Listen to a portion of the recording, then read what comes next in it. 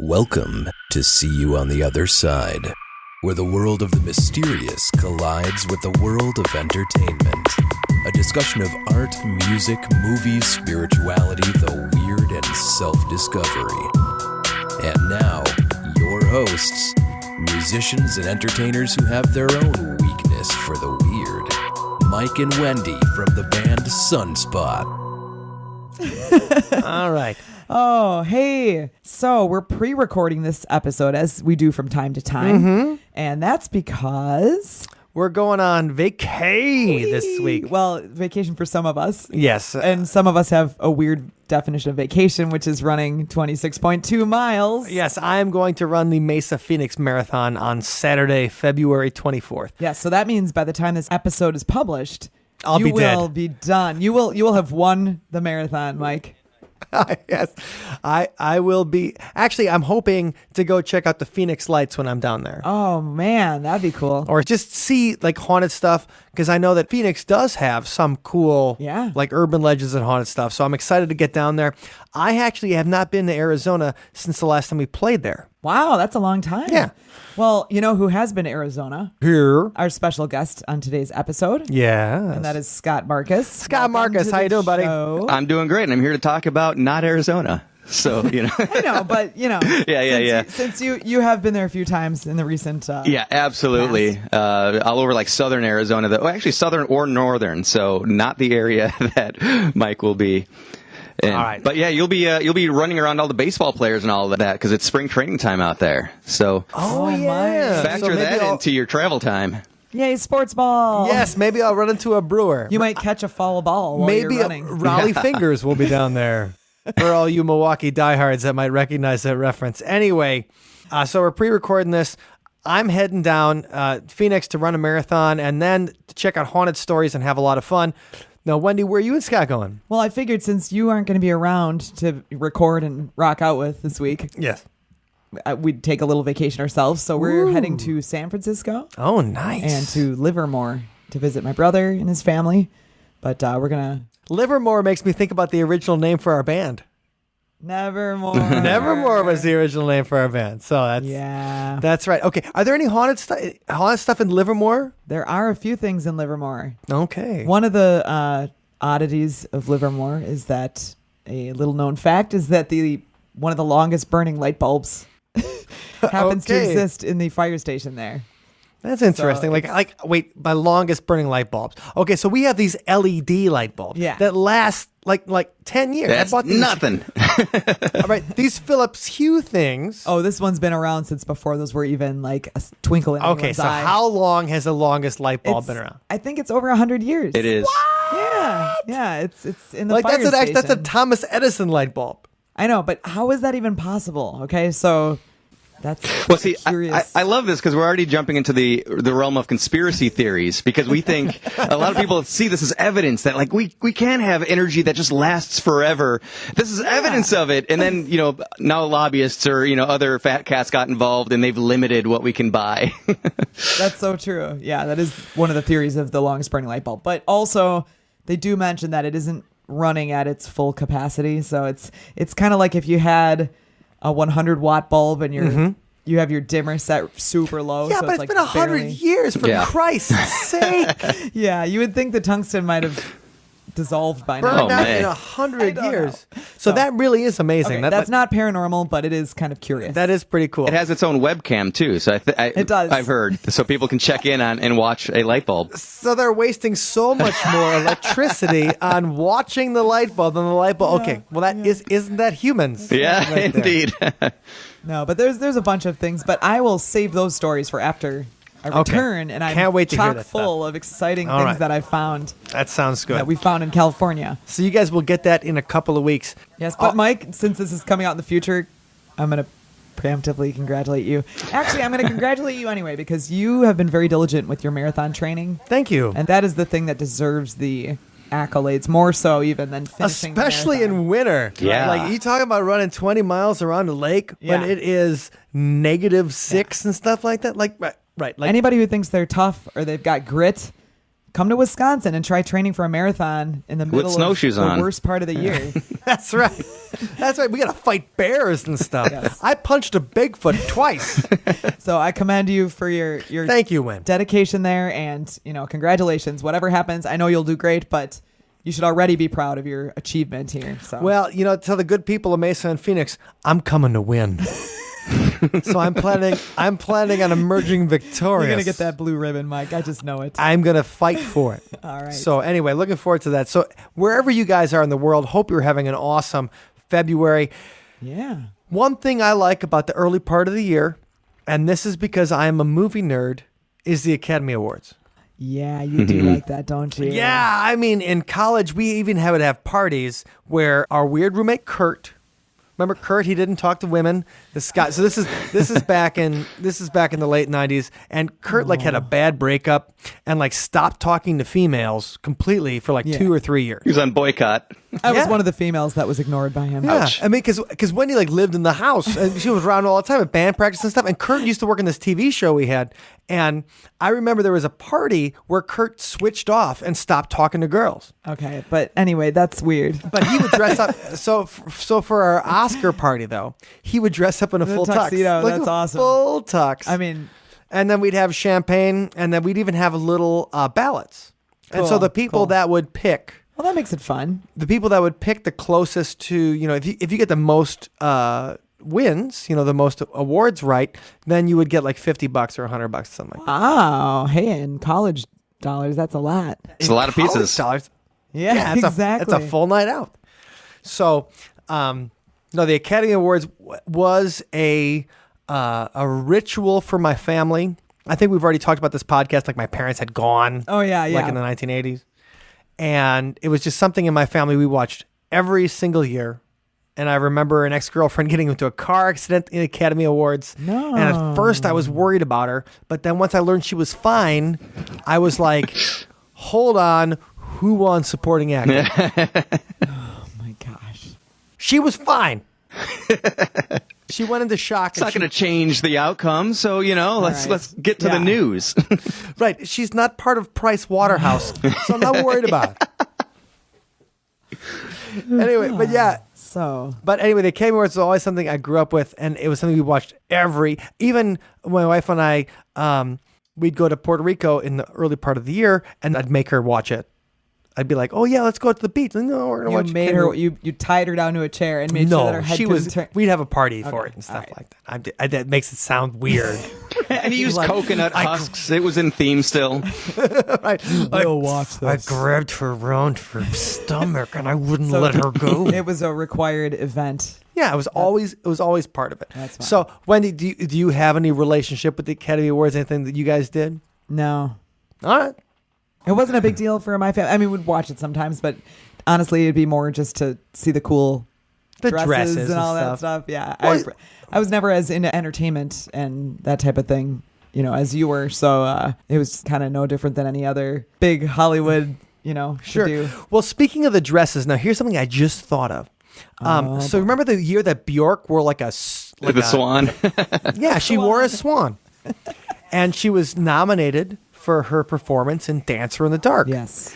And Bjork came out with the hashtag Me Too thing last year, and she said that she'd been harassed by a film director. Now she's only been in 2 movies. One was Dancer in the Dark, which is Lars Van Trier, who's always has a contentious relationship with his actresses, and the other was my old film professor, Nietzsche Keen.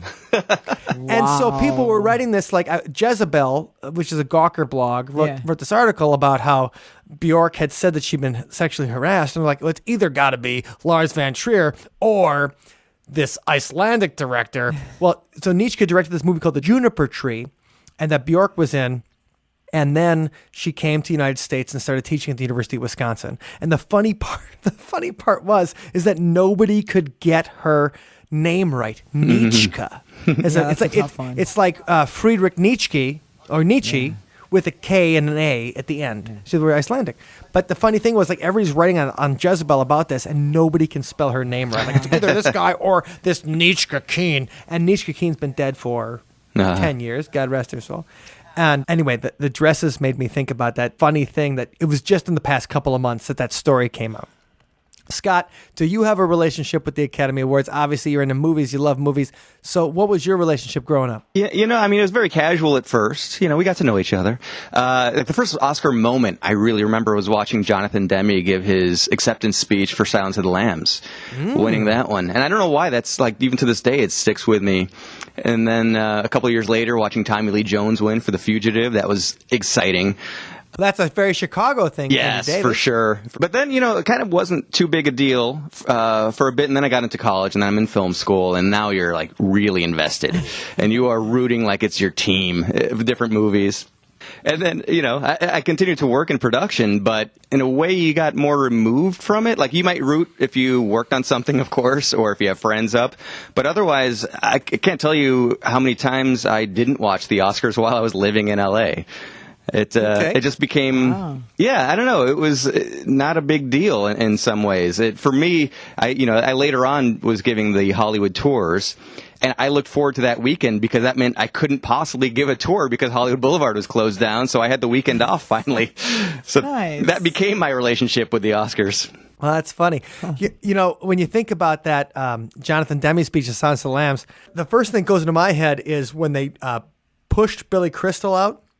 Yeah. So Billy Crystal's hosting, and he hosted a bunch of times, and they push him out, and he's wearing the mask in the straitjacket. Yeah, Hannibal Lecter. Mm-hmm. Like Hannibal Lecter from Silence of the Lambs. And that was such a classic, too, because that was also the year that Jack Palance did the one-arm push-ups. Oh, my God. I think about that moment every time that comes up in P90X. Absolutely. I'm channeling Jack.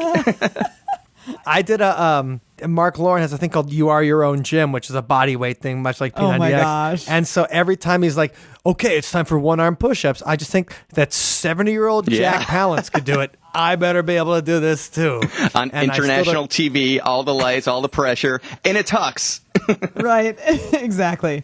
All right, well, before we get into our story this week, and this year we're talking about Oscar curses and superstitions.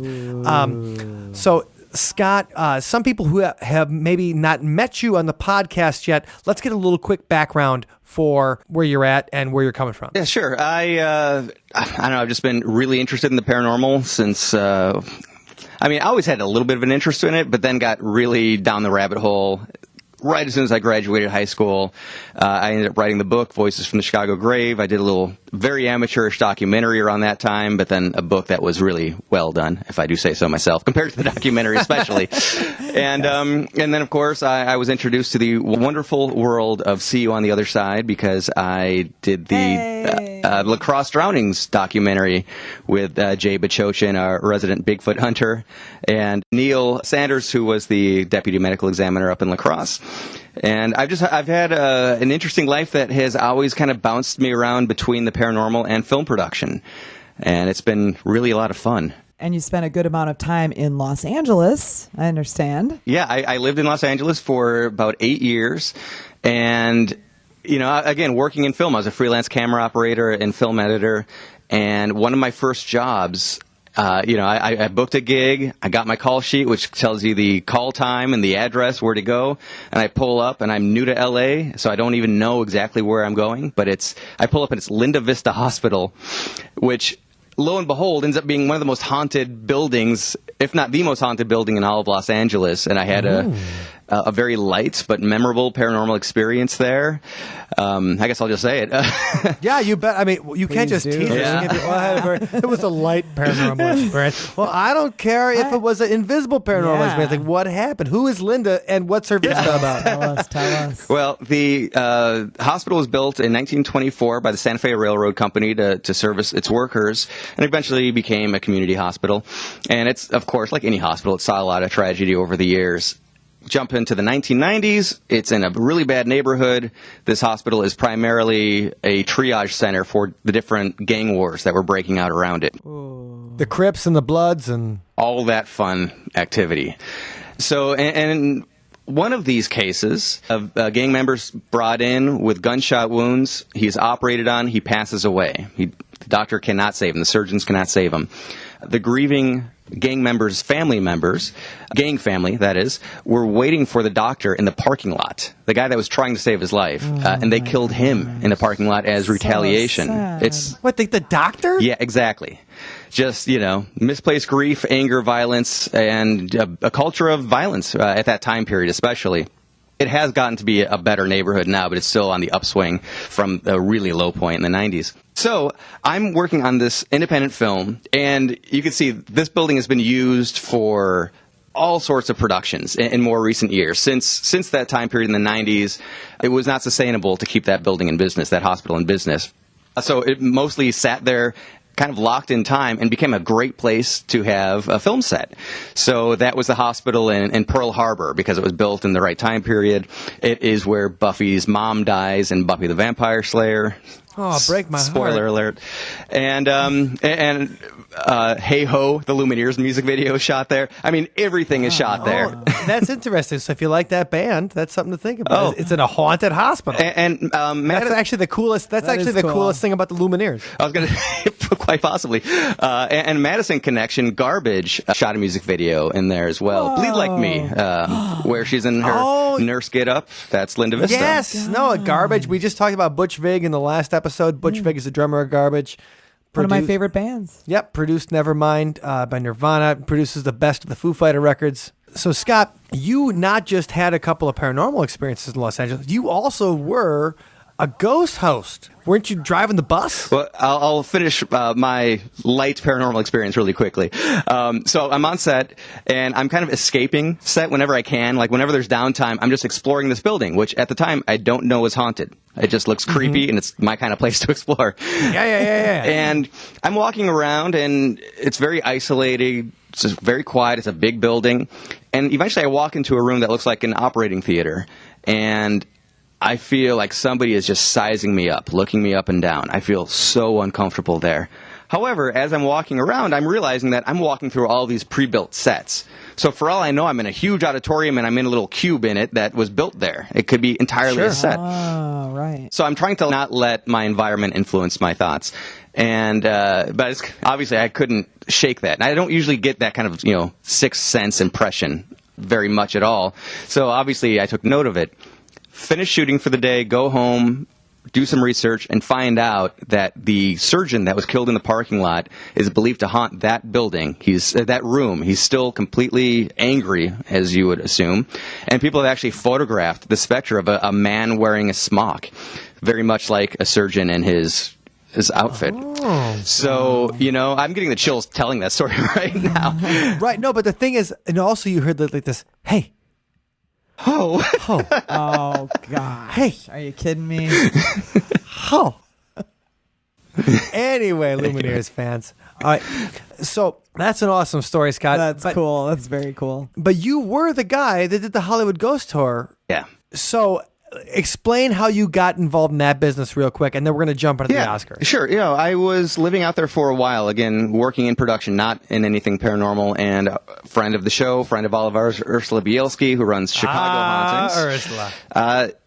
She identified an obvious glaring hole in that there was no ghost tour in Los Angeles, which is insane. That is insane for such a huge city. I mean, most large cities have not one, but multiple ghost tours. But the thing is, if it's not walkable, and this is, good point. LA is very spread out. LA is not the most walkable place on the planet. So it costs a lot of money to get the bus or to get to get some kind of car to take people around. That's true. Good so point. the business has to be invested to get that to happen. And coming from the ghost, Yeah. another ghost guy. That's really what We're it was. all ghost hosts on the show tonight. So. I did it for 2.5 years, I think, of maybe 8 tours per weekend, 3-hour tours. It was a van tour from downtown. Just like Gilligan. Yeah, just like Gilligan.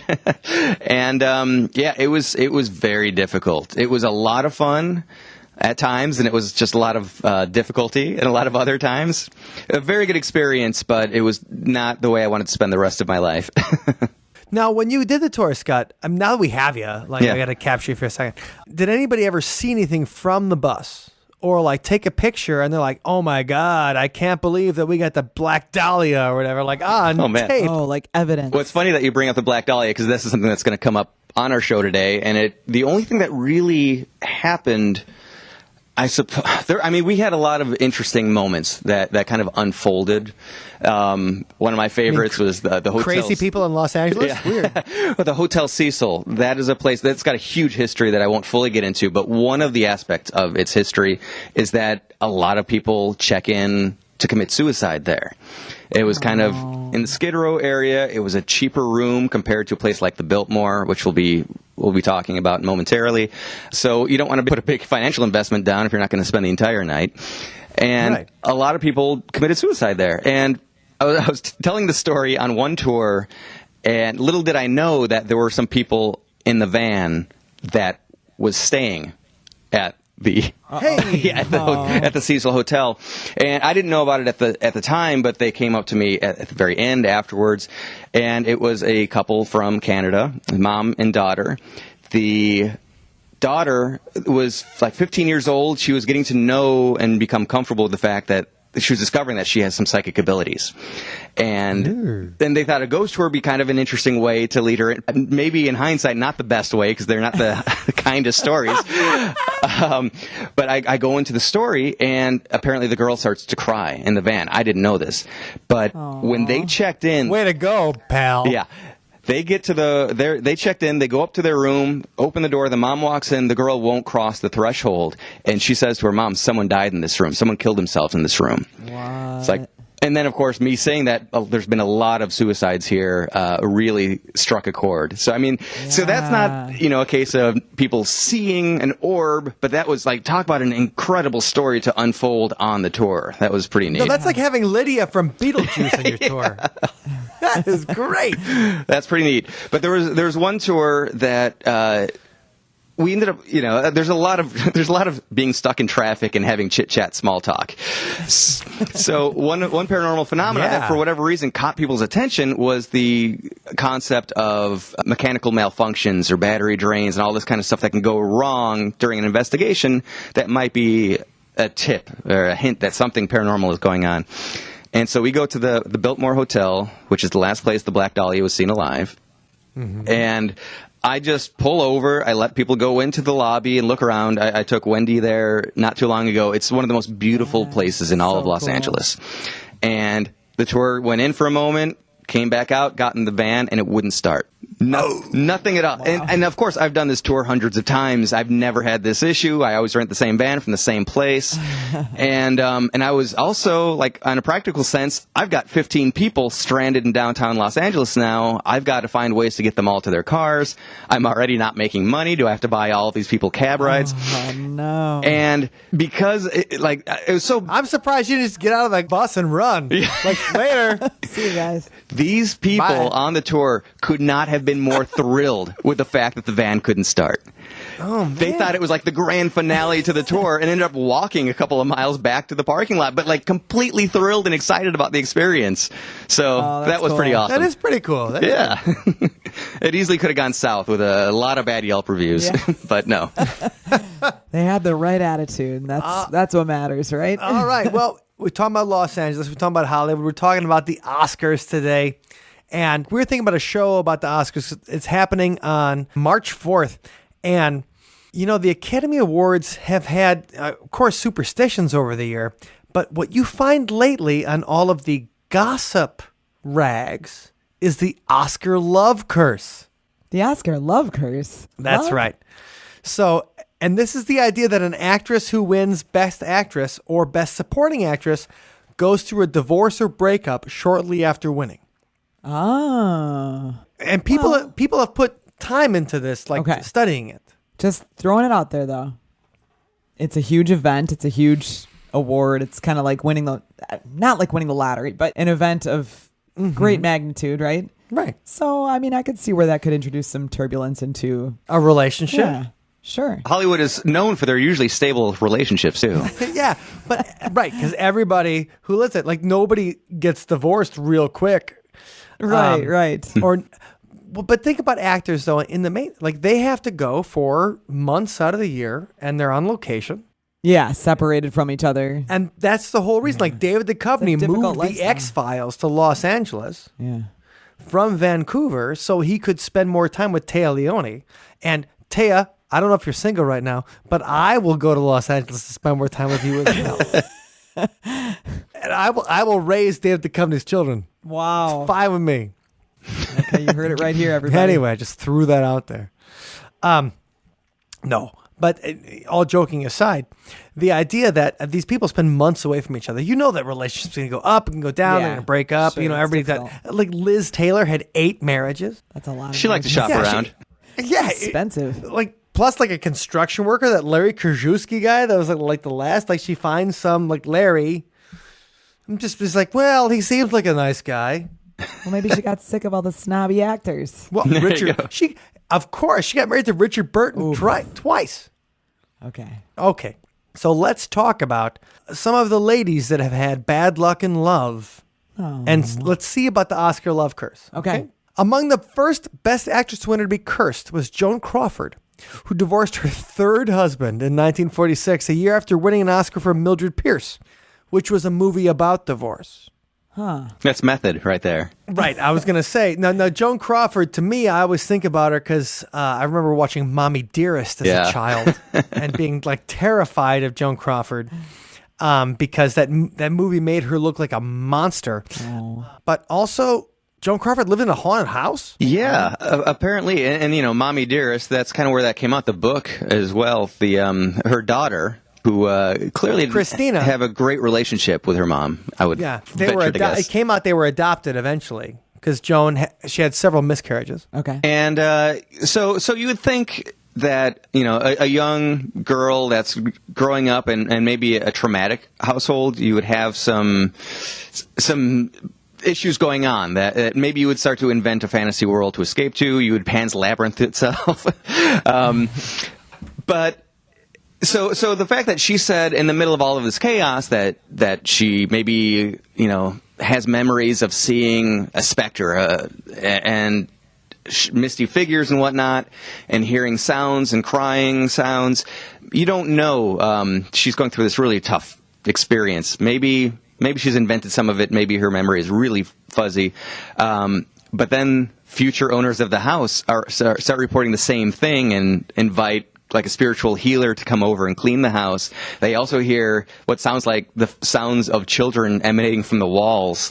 So you could also factor in, could that have led to Joan being a little bit on edge in her marriage and in her regular life too, growing up or living in a obviously a negatively affected home like that? Yeah. Which came first? Yeah, exactly. The ghosts or the bad relationship? Well, that's interesting, too, because that whole series came out last year of Joan Crawford versus Betty Davis, like a Hollywood rivalry. Betty versus like a Hollywood Joan. feud. And they had my girlfriend, Catherine Zeta-Jones, playing Olivia de Havilland. Oh, wow. But that whole idea, like, was Joan Crawford negatively affected by the place she lived? You know, was it hard on her? And did that make her divorce her husband? Did that make her hard on her child? The thing is, she's the first example of the Oscar love curse. Yeah. Then he's like a musical sting right there. Like a guitar. Wow. The Oscar happen. love curse. I'll fix it in post. Yeah. But you know what's funny is that, so we take Joan Crawford and we can go back to the 1940s with her, but we can even just start with people in the 2000s and see what All right, happens. let's see who we got. Okay, think about Sandra Bullock, right? The Blind Side. Sandra Bullock. Everybody loves her from Speed and Miss Congeniality. And what's the one where she loses her identity? The Net? Yeah. The Net. Yeah. Or I think about Demolition Man. Yes, absolutely. She peaked so right there. sweet and good in Demolition Man. Sylvester Stallone, the Three Shells, she really is a great actress. But the fact that she marries this guy named Jesse James, Dun, dun, dun. who's a reality TV star He's himself. a bad boy. Yeah. Sandy, what are you doing? And The he bad boy. can't stop having sex with anybody. Like, he's just like, I'm married to Sandra Bullock. That should be good enough. Nope. I'm going to have sex with everybody. So it's 10 days after Sandra Bullock wins the Best Actress Award for The Blind Side that she breaks up with Jesse James. 10. Wow, that's fast. Yeah. Jesse James was Sounds already like it- inside Janine Lindemuller, Oh, no. his ex. She's a porn star and stuff like that, and a former kindergarten teacher, actually. But it sounds like the Oscar wasn't necessarily the reason for that. No, but that's the curse, though. Uh-huh. Okay, sure. So that's what happened. It happened So after she Sandra won it, Bullock, so- like, right away, she wins this thing, and her career is on Boom. the upswing. Like, dude, Sandra Bullock, she's always been a good star, and Yeah. everybody loves her. Like, no one can be like, oh, Sandra Bullock, hate her. Like, you love Sandra Of Bullock. course. Come on, Love Potion number 9. She's adorable. Oh my God, I haven't even thought about that movie in 20 years. Hilary Swank. All right, now Hilary Swank is some kind of actress. She's a double Oscar winner. Wow. Right? So you guys remember Boys Don't I Cry? do, yep. Yeah, that was a powerful movie, actually. Boys Don't Cry. Yeah. It was really good. Now, she follows it up with $1 Million Baby. That's right. Yeah. And $1 Million Baby, I'm like, oh, this movie is going to be a tear jerk.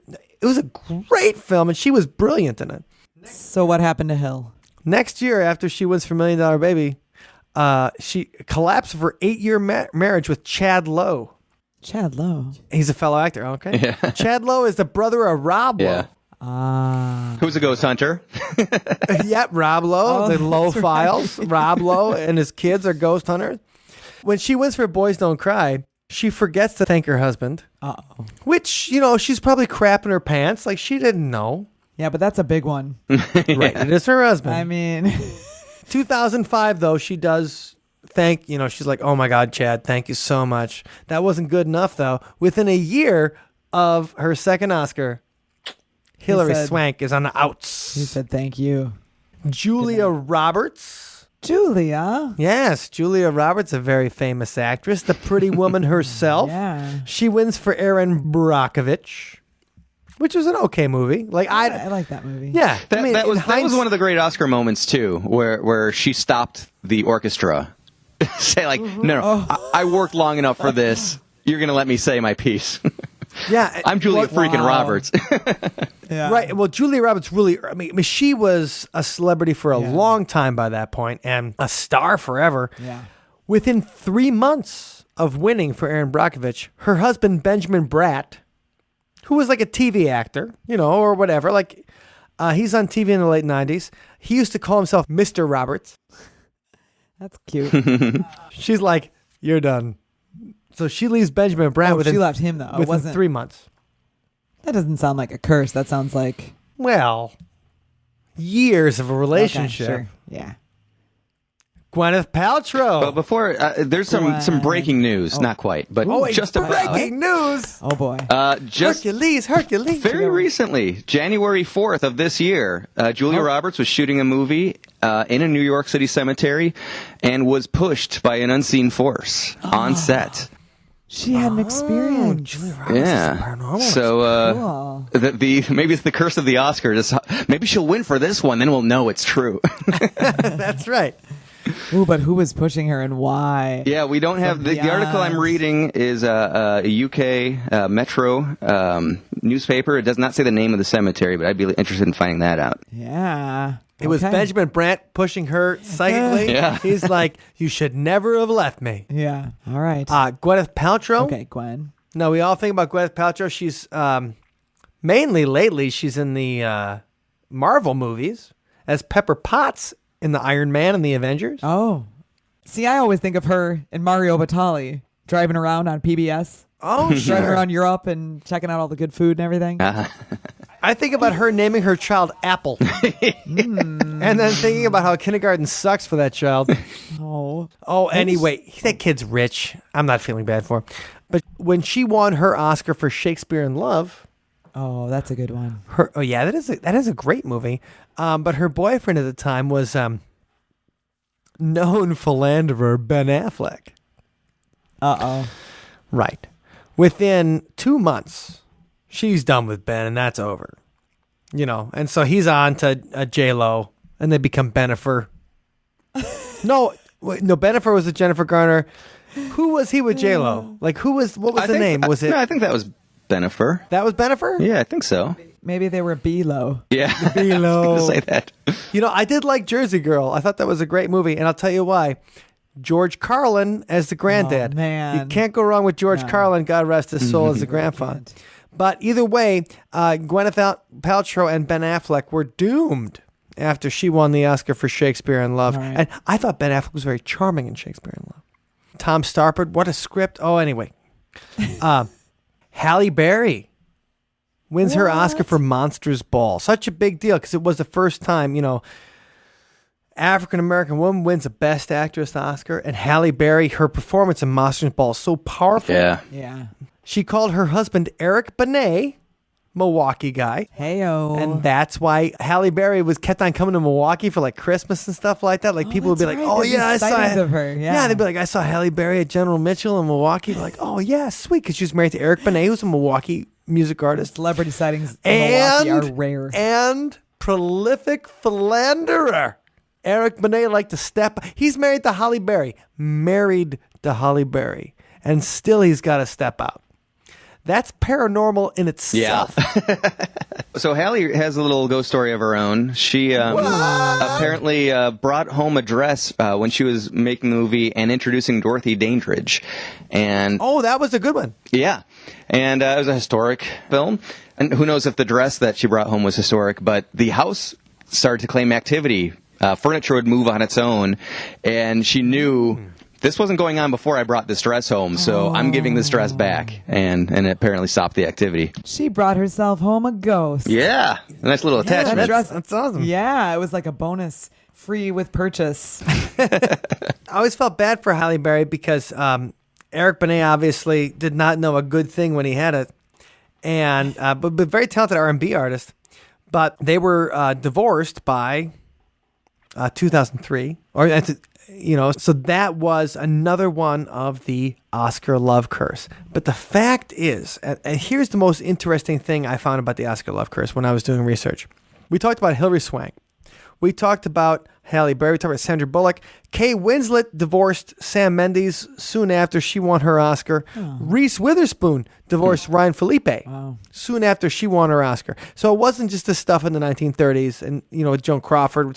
Like, this happened, but the real thing is the Oscar love curse. Yes. Wait If for you it. do the research, is not the ladies, it's the men. What? What about all these articles I keep reading? Are you telling me it's fake news? I guess you should stop reading OK Magazine. Hey, it was in And Forbes. thinking it was in Forbes, wasn't it? Yeah. And this is where you can read these articles like, oh, the Oscar love curse is all about women. So we get two scientists in the mid-2000s, and they do a whole thing like checking on the Oscar love curse. And the reason that they're psychologists, and they're doing it to see the difference in the power structures in relationships. So what happens, and we always joke about this with guys and stuff like that, but so let's say you're in a relationship and your wife makes more money than you do. Okay. Are you cool with that? Can you handle it? Like, that is a Well, thing. if you're a real man, obviously you can handle it. But that is a thing to think about. I'm banking because on it. Sorry. We're all hoping for it. I married a lawyer. You think I didn't think about that stuff beforehand? But that's the whole point, is that power imbalance or the power imbalance of somebody making more money than another person. The intimidation or the insecurity. Yeah, insecurity. So let's talk about guys that have had Ooh. bad experiences after they got an Oscar. Let's talk about Cuba Gooding Jr. Now, we all remember Oh, yeah. Jerry Maguire. Oh, man. Show me the money. Right? And Cuba Gooding Jr. was brilliant in that movie. Tom Cruise was all right. Renee Zellweger was breathtaking. That's great. And we all love Jerry Maguire. What's Cuba Gooding Jr. up to lately? Yeah, I haven't seen him around much. He did American Crime Story. He played O.J. Simpson. Did a really good job as O.J. Simpson. That's a big one. I mean, Cuba Gooding Jr. is a good actor. He also did Boat Trip, where a couple of guys go on a vacation. They find out it's a gay boat trip, and the whole movie's based around the fact that they, like two straight guys, go on a gay boat trip. That's like a 1970s. That is like a Three's Company episode come to life. I don't know how to delicately say it, but I mean, this is how you get your acting advice from Tropic Thunder. From Robert Downey Jr. You never go full commitment to mental instability, because he did Radio. He did the movie Radio, and I think pretty shortly after, and He went full. Yeah, and you guys know what we mean if you've seen Tropic Thunder. So Cuba Gooding Jr. How about Nicolas Cage? What? Okay, leaving Las Vegas. I don't think that guy's human. I kind of love I watched him. Ghost Rider last week at the gym. I don't think he's human either. So paranormal is his wheelhouse. Yeah, Nicolas Cage. He's got like a pyramid waiting for him in New Orleans when he dies. Yeah, he does. All right. And he's got a house in Sedona, one of the most mystical places in all the land. Yeah. There we go. And he's a Coppola. Yeah. He's related to Francis Ford Coppola and Talia Shire. Like he's from that dynasty of actors and directors of 1970s greatness. But Nicolas Cage wins for leaving Las Vegas, and like you can get Nicolas Cage in your movie for like $80. No. It seems like he'll do anything. Like he doesn't even bother starring in regular movies anymore. We'll act for food. Yeah. It's amazing because he is so brilliant in some things, like Matchstick Men. It's one of my favorite movies. And then most everything else. And I love Laura Flynn Boyle in Red Rock West. There's a handful of movies where he is literally amazing, and then everything else, it's so bad. Yeah. There's no in the middle. Think about Con Air. And I mean, I'm the yeah. kind of guy that saw Con Air in the theater like opening day, and he's like, "Give me back that bunny." And you're like, somebody paid $80 million so Nicolas Cage could talk about a bunny. And John Malkovich could make jokes, and Steve Buscemi could play like a Cyrus weird the child Virus, molester. Yeah. Like, It's memorable, Nicolas at least. Cage, but think about like the Oscar curse for guys like that. For females, I mean, Monique hasn't had anything since that Push movie. Helen Hunt has never regained her mojo from... Oh, man. That about you. I know. I love Helen Hunt. And she was so good in As Good as It Gets with Jack Nicholson. That movie's great. Didn't she win for Twister, though? Kidding. No. I think that actually Bill Paxton won for Twister in my alternate universe. Yeah. F. Murray Abraham won Best Supporting Actor for Mozart, and like the next time you see him, he pops up in Last Action Hero. Underrated movie, Last Action Hero. That's an enjoyable film that people like to crap on. Last Action Hero will get its own episode at some other Nice. time because I think that was at the wrong place at the wrong time, and we'll discuss that. So what you're saying is if you have a great career as an actor or actress, you don't necessarily want to win the Oscar because that might be the end of all good things for you. Absolutely. Mira Sorvino wins for Bullets Over Broadway, and then, of course, now it's assumed that the Weinstein? Reagan guy. Yeah, Harvey Weinstein. Harvey Weinstein, it's Harvey Weinstein has obviously, like, he put her on the blacklist. Like, so Peter Jackson, he emails Peter Jackson, like, okay, you can have all these people in Lord of the Rings, but not Mira Sorvino. Yeah, it's amazing how Not that you huge picked a name Mira she was. Sorvino for Lord of the Rings. Yeah, and she comes from a dynasty, too, you know, with Paul Sorvino. That's right. And he's still making movies, so I don't know. It's scary. But that's the thing. Like, an Oscar is not guaranteed to have something. And the fact is that your roles might not be affected, but if you're a man who wins an Academy Award, you are more likely to leave your lover or divorce your wife than a woman.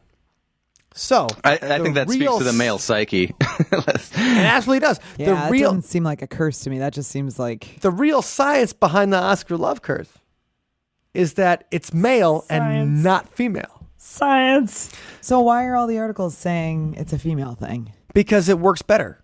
Because that's what gets more clicks. You know, if people were like, oh yeah, well, Jack Nicholson finally leaves Angelica Houston after he wins an Academy Award, they're like, well, of course, it's Jack Nicholson. He's been sleeping his way through Hollywood since 1972. It's the fact. So let's get to the science here. I'll read from the abstract on the article about the Oscar love curse. Okay. First, ascending the status hierarchy by winning an Oscar can be disruptive because it provides access to more attractive resources and opportunities, including attractive spousal alternatives, all-important determinant of divorce. So, spousal alternatives. That's the a thing. way to say mistress. Yeah. Yeah. Right. As noted by a Hollywood marriage counselor, professional success and domestic disruption are connected. Quote, when you win an award like that, you get more offers than you could possibly deal with. It's hard not to get caught up in it and keep yourself grounded in a relationship. Although both male and female actors are likely to get more attractive spousal alternatives following Oscar wins, male actors tend to respond differently to the new opportunities in a way that disrupts their personal lives. Oh, those poor guys. They had so many alternative spousal opportunities. It's just so hard staying married. It's Spousal opportunities. The fact that these guys win an Oscar and they're like, chicks like me now. I mean, think Cuba Gooding Jr. is like, oh yeah.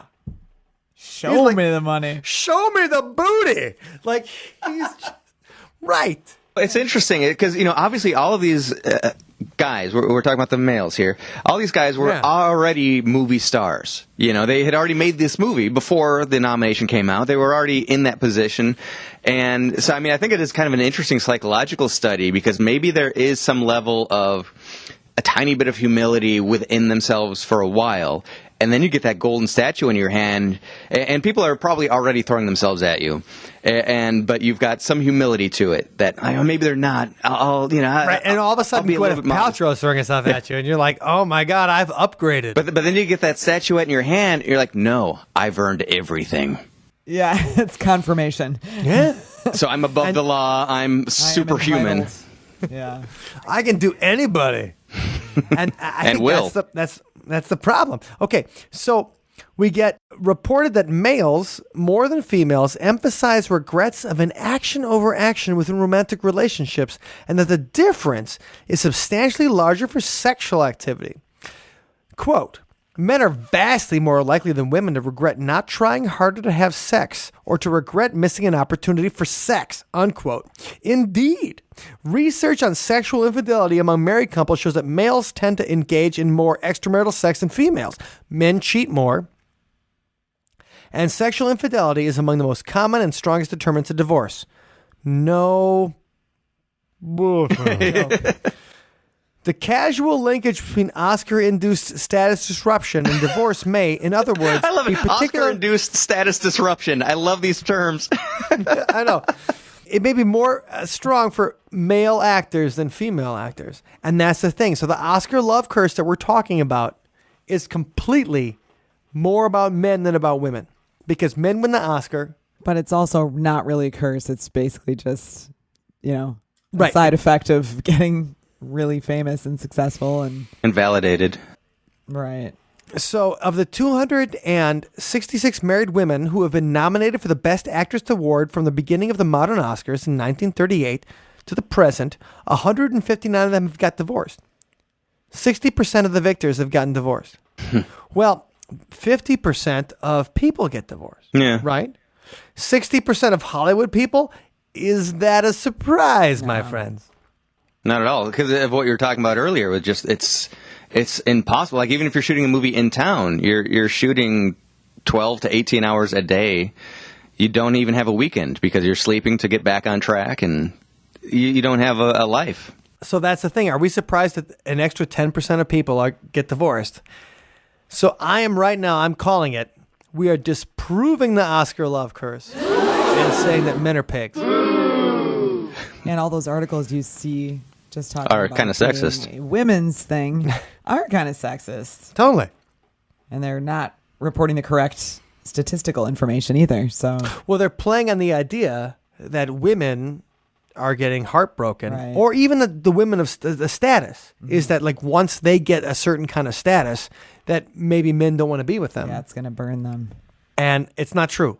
It's men that leave women after they win the Oscars. So guys, whoever wins an Oscar this year, an Academy Award, whoever it goes to, at least wait a year before you divorce your wife and upgrade. Don't become a statistic. Right. Do not become the next Jack Nicholson. So, I think we... Well, that was fun debunking of what has been rumored to be a curse. Right, absolutely. The only thing I can think of that might not be sexist this year is that the fish from The Shape of Water, if Guillermo del Toro wins, is he going to leave somebody, or is he just like, you know what, I'm weird enough and I'll be in my own situation?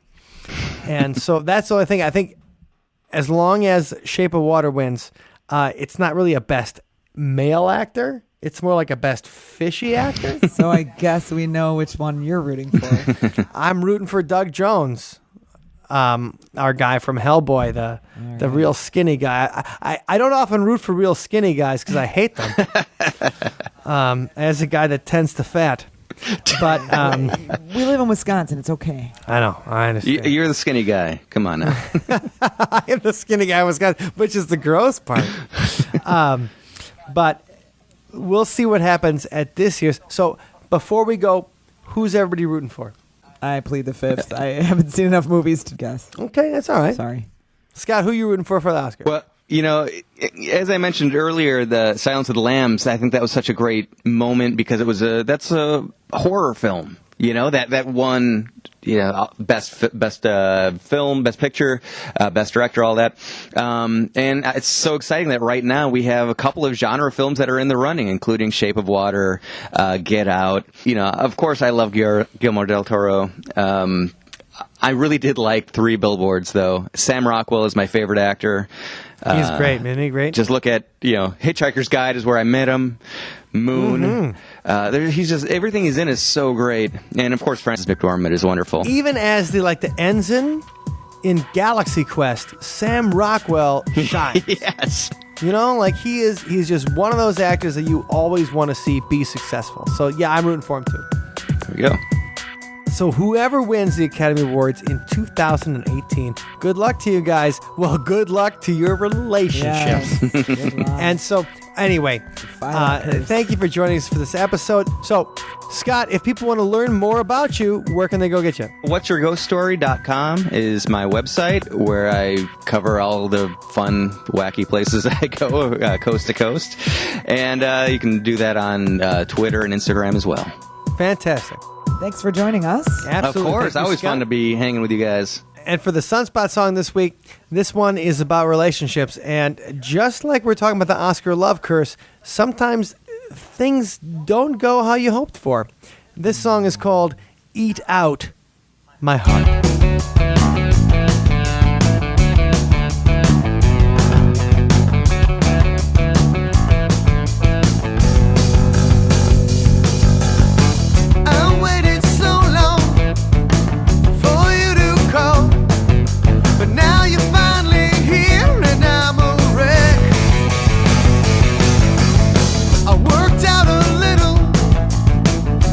Did my hair, but I'm not the man I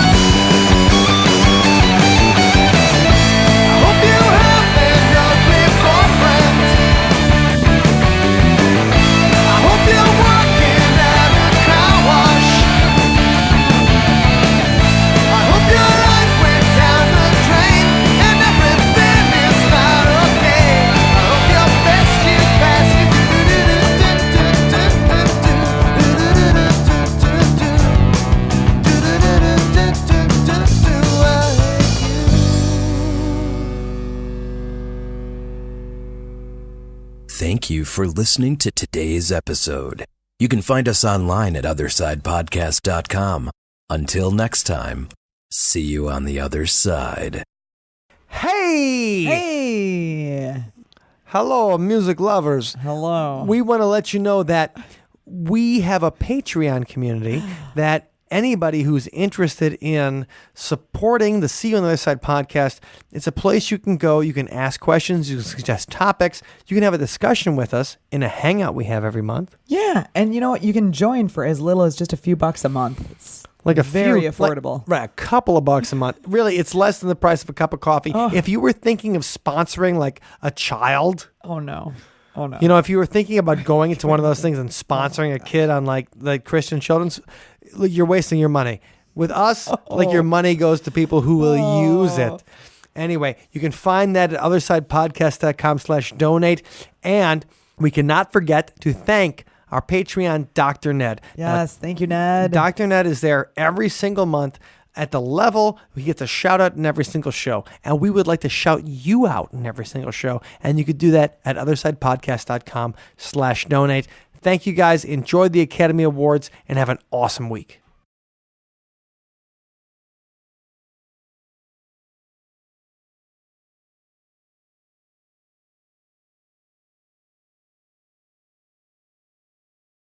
See, I keep thinking of her on that PBS show with the chef. What's his name? Mario. The famous chef. Hang on. Time out. Mario. I'm a Mario. I'm gonna win. Did I ruin it for you? It's a me. It's me, a Mario. Here's a Gwyneth one. Gwyneth Paltrow found a guy who talks to ghosts about your thyroid problems.